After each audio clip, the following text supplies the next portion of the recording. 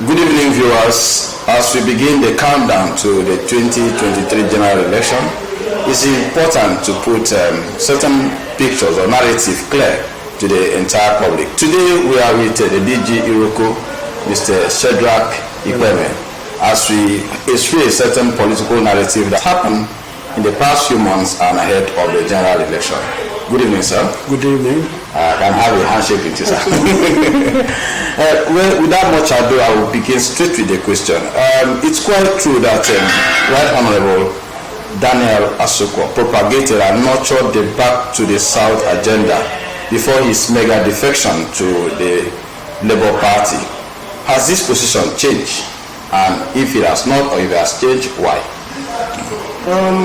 Daniel Asukwo, Right Honorable Daniel Asukwo, the Labour Party now aspiring to be Senator of the South, his position has not changed.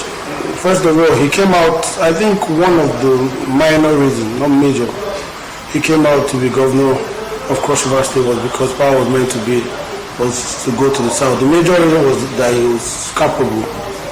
He had a dream. So that has no change.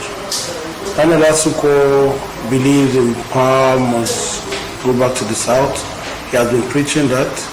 Like I said, I tell people, the South too has capacity. They have competent people. A lot of people said that. Gershon Bass, the last interview we had at Transcorp, said the same thing. So we believe that anybody that comes out from the South, like now we have only one person. We are going to stand with that person.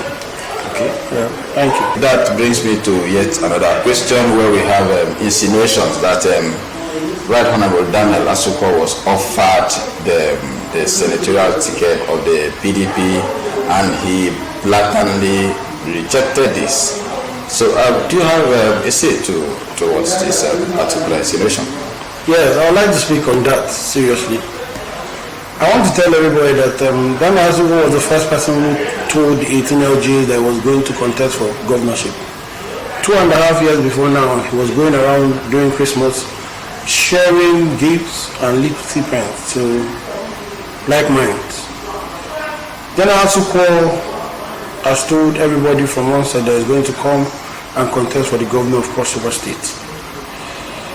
And within 2 years, he has been going around. He has been talking to people. He has been building a structure.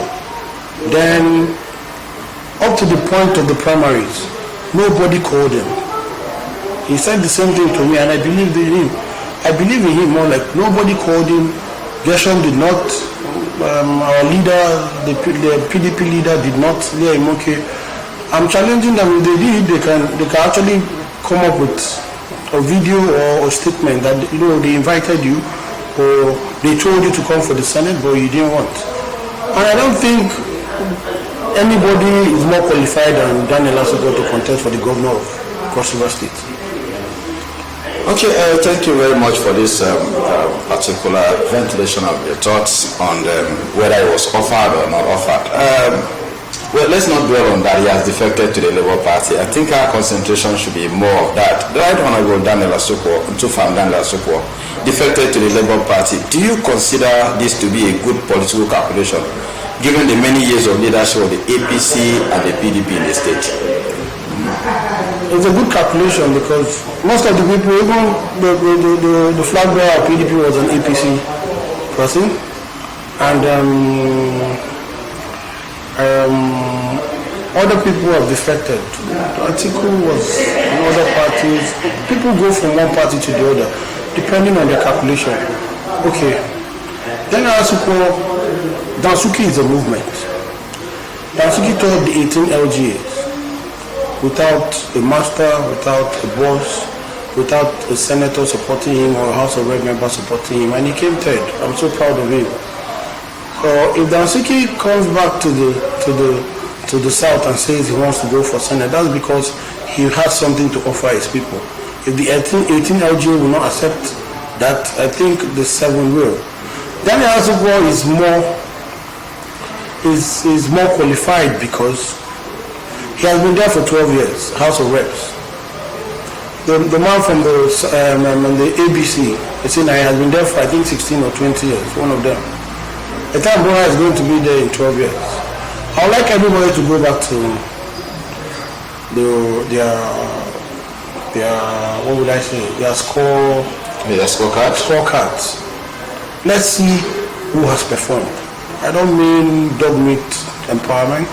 I don't mean one generator empowerment. I don't mean not being able to give lights, not being able to give cars, not being able to give people money, not being able to help the needy. I mean someone that's touched lives of everyone. At the time it was